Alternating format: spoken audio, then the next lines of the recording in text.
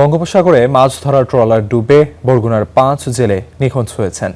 স্বজনদের আহাজারিতে ভারী হয়ে উঠেছে পাথরঘাটার ৫ জেলে পরিবার। এরই মধ্যে নিখোঁজ জেলেদের মরদেহ উদ্ধারের গুজব ছড়িয়ে পড়লে তাদের দাফনের জন্য খোঁড়া হয় কবর। তবে এখন পর্যন্ত নিখোঁজ জেলেদের কোনো সন্ধান মেলেনি। সংশ্লিষ্টরা বলছেন, নিখোঁজ জেলেদের সন্ধানে উদ্ধার অভিযান অব্যাহত রয়েছে। জীবন জীবিকার টানে বঙ্গোপসাগরের অথই জলে এই যাত্রা।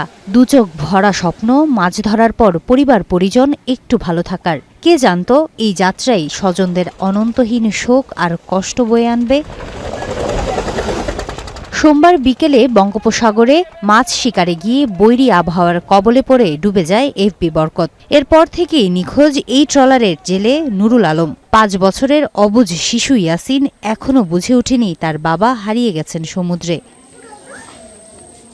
শুধু এই একটি পরিবার নয়, একই অবস্থা বরগুনার পাথরঘাটার ৫টি জেলে পরিবারের। আমার ছেলের কোনো খবর বলি পাই না, জানো কোনো খবর পাই না। যাতে আছে কি মৃত্যু হ্যাঁ কইতে পারি না। এখন ট্রলার মালিক সে তালাশি গেছে, তালাশি কোনো কিছু পায় না। এদিকে নিখোঁজ জেলেদের মরদেহ উদ্ধার হয়েছে এমন গুজব ছড়িয়ে পড়লে নিখোঁজ জেলেদের বাড়িতে খনন করা হয় কবর। সম্পন্ন করা হয় দাফনের সকল প্রক্রিয়া।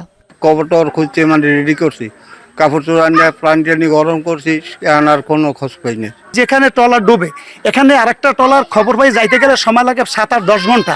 তখন ওই মানুষটা বেঁচেও থাকে না, আর বেঁচে থাকলেও লাশ পাওয়ার কোনো পরিবেশ থাকে না। সংশ্লিষ্টরা বলছেন, নিখোঁজ জেলেদের এখনো সন্ধান পাওয়া যায়নি, তবে তাদের উদ্ধারে অভিযান অব্যাহত আছে। ৫ জনের লাশ নাকি নদীতে ভাসমান অবস্থায় দেখা গেছে, কিন্তু আমার থানা এলাকায় এখন পর্যন্ত লাশগুলো এসে পৌঁছায়নি বা নিশ্চিত করে আমরা আসলে জানা যায়নি যে আসলে এই লাশগুলো পেয়েছে কিনা। গত শুক্রবার সকালে পাথরঘাটা মৎস্য অবতরণ কেন্দ্র থেকে ১৩ জেলে নিয়ে সমুদ্রে মাছ শিকারে যায় FB Barkat. Desk report, Star news.